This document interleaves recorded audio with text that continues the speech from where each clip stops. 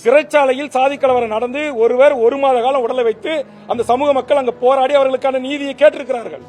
நான் அவர்களை சமாதானம் செய்துதான் அந்த உடல் வாங்குவதில் என்னுடைய பங்கும் இருக்கிறது.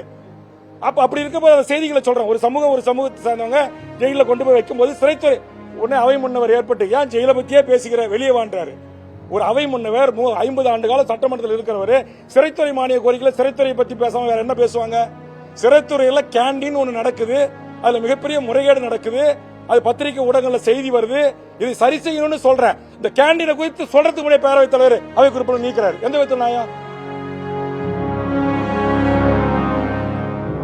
அப்புறம் அது சொல்றாரு, ஏன் சிறைச்சாலையை பத்தி பேசிட்டு இருக்க? 4 சிறைக்கு போயிருக்கிறார். அதாவது சட்டத்தின் பிரகாரம் தான் ஆட்சி நடக்கணும். சிறையில ரோல் கால் என்பது எந்த இந்திய அரசியலமைப்பு சட்டத்திலும் இடம்பெறல. அங்க இருக்கிற ஜெயிலர், அங்க இருக்கிற சூப்பரண்டு, அவன் ஒரு காக்கி சட்டை போட்ட தாதாவா நடந்து கொள்வதற்காக யாரா இருந்தாலும் எல்லாரும் ரோல் காலுக்கு வரணும் அப்படின்னு சொல்ற ஒரு முறைமை. நான் என்ன சொன்னேன்?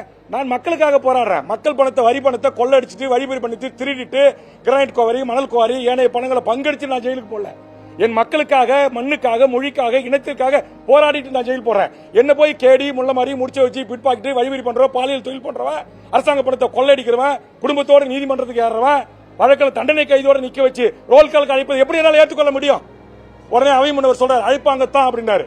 ஒருவேளை நாளை நான் சொல்லக்கூடாது, இந்த அரசியல்வாதிகள் என்று சொல்லக்கூடியவர்கள் சிறைக்கு போனா அங்க அவர்களுக்கு இந்த அவமானம் ஏற்பட்டா, இப்ப போராளிகளுக்கு ஏற்பட்டிருக்கு, கூடங்குளம் உதயகுமாருக்கு ஏற்பட்டிருக்கு, எனக்கு ஏற்பட்டிருக்கு, சீமானுக்கு ஏற்பட்டிருக்கு, சிறைக்கு சென்ற மக்களுக்காக போராடிய தலைவர்களுக்கு ஏற்பட்டிருக்கு. அது ஏற்படக்கூடாதுன்னு சொல்றான். நீ கன்வின்சன் குற்றவாளியா இருந்தானாக்க சிறை விதிகளை கட்டு போடுறான். ஆனா சிறை சட்டத்தில் ரோல் கால் அழைக்கணும் எங்க இருக்கு? நீ ஜெயிலுக்கு போயிட்டுனாக்கா எம்எல்ஏ, எம்பி எல்லாரும் ஒரே மாதிரி தான் நடத்தும் அப்படின்னா, இப்ப நான் திருப்பி கேட்டனாக்கா அவர் மூத்தவர், சீனியர், அவர் சொல்றாரு நானும் ஜெயிலுக்கு போயிருக்கிறேன், எல்லாரையும் ஒரே மாதிரி தான் நடத்தும் அப்படின்னா எப்படி? விசாரணை கைதி வேற, குற்றவாளி வேற, எப்படி ஒரே மாதிரி நடத்த முடியும்? குற்றவாளி கைதிக்கு எண்ணு கொடுத்து, கால் சட்டை கொடுத்து, வெள்ள சீருடை கொடுக்குறாங்க. விசாரணை கைதிக்கு அப்படி கிடையாது. அப்புறம் எப்படி எல்லாம் ஒரே மாதிரி ஆகும்? அவை முன்னவர் தெரியும். ஆனா வேண்டுமென்று அவர் அந்த காமெடியா அந்த அவையை கொண்டு போனதுக்காக சில நேரம் அவருடைய கருத்துக்கள் என்பது சட்டமன்றத்துக்கும், சட்டத்துக்கும், மாண்புகளுக்கும் கொஞ்சம் முரணா இருக்குது. இதெல்லாம் எனக்கு வருத்தமா இருக்குது. அதனாலதான் நான் வெளியில பத்திரிகையாளர்கிட்ட இதை பதிவு செய்யறேன்.